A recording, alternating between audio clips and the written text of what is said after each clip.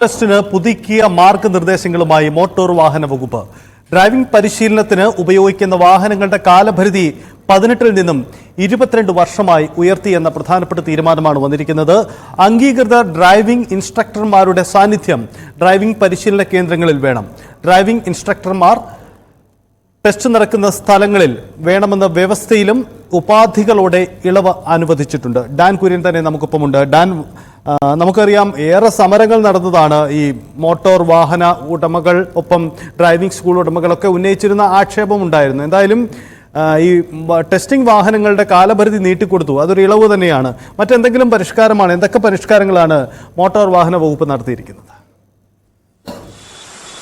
സജിത്ത്, നീണ്ട പ്രതിഷേധങ്ങൾക്ക് ഒടുവിലാണ് തൊഴിലാളി സംഘടനകളുടെയും മോട്ടോർ ഡ്രൈവിംഗ് സ്കൂൾ ഉടമകളുടെയും ഒക്കെ പരാതികൾക്കും ആശങ്കകൾക്കും പരിഹാരം കാണുന്നതിന്റെ ഭാഗമായി പുതുക്കിയ പരിഷ്കാരം, ആശ്വാസകരമായ ഒരു പരിഷ്കാര തീരുമാനം ട്രാൻസ്പോർട്ട് കമ്മീഷണർ ഭാഗത്ത് നിന്ന് ഇപ്പോൾ എത്തിയിരിക്കുന്നത്. അതിൽ പ്രധാനമായി എടുത്തു പറയുന്ന കാര്യം 18 വർഷം കാലപരിധി ഉണ്ടായിരുന്ന മോട്ടോർ ഡ്രൈവിംഗ് സ്കൂളുകളിലെ പരിശീലനത്തിന് ഉപയോഗിക്കുന്ന വാഹനങ്ങളുടെ കാലപരിധി അത് 4 വർഷം കൂടി നീട്ടി ഏതാണ്ട് 22 വർഷമാക്കി ഉയർത്തിയിരിക്കുകയാണ്. അത് സാധാരണക്കാരായ ഡ്രൈവിംഗ് സ്കൂൾ ഉടമകളെ സംബന്ധിച്ച് ഏറെ ആശ്വാസകരമാകുന്ന കാര്യമാണ്. അതോടൊപ്പം ഏറെ ഈ ചർച്ചകളൊക്കെ നടക്കുന്ന സമയത്ത് വലിയ തരത്തിലുള്ള ചർച്ചകൾക്ക് വിധേയമായ ഒരു പ്രധാനപ്പെട്ട കാര്യം ഡ്രൈവിംഗ് ഇൻസ്ട്രക്ടർമാരുടെ സാന്നിധ്യം നിർബന്ധമായും ഈ ടെസ്റ്റ് നടക്കുന്ന സ്ഥലങ്ങളിൽ വേണമെന്ന നിർദ്ദേശമുണ്ടായിരുന്നു. അതിനെതിരെയും വലിയ തരത്തിലുള്ള പ്രതിഷേധമുണ്ടായിരുന്നു. അതിലിപ്പോൾ ഉപാധികളോടെ ഇളവ് അനുവദിച്ചിരിക്കുന്നു. അതിൽ എടുത്തു പറയുന്നത് ഈ ഡ്രൈവിംഗ് പരിശീലന സമയത്ത് അംഗീകൃത ഡ്രൈവിംഗ് ഇൻസ്ട്രക്ടർമാർ അവിടെ ഉണ്ടാകണം.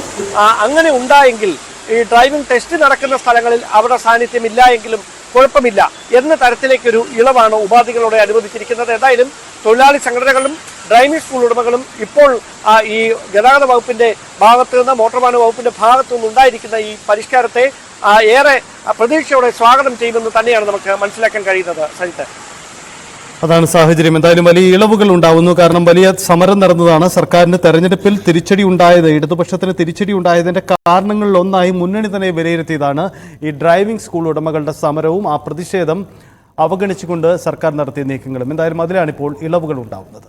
മറ്റൊരു വാർത്ത